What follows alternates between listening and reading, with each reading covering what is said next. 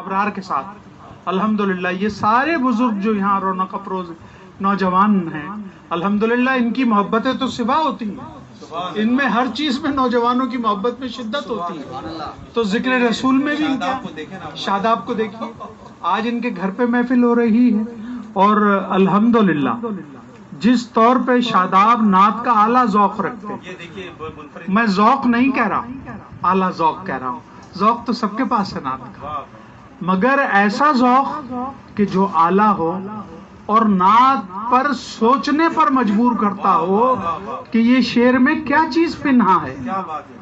ایک ایک لفظ اس کا، ایک ایک لفظ پر اس کی گرفت ہو، تو ہمارے شاداب صاحب جو ہے اللہ انہیں سلامت رکھے۔ اور حضرات محترم آج کی محفل میں ندیم اختر القادری بھی رونق افروز ہوئے، میں ابھی سنا ہاں، ندیم اختر القادری ہمارے درمیان رونق افروز ہوئے، میری طرح کمزور ہو گئے ہیں، اور الحمدللہ میں نے وہ زمانہ شیخ عبدالرشید والا اور اپنا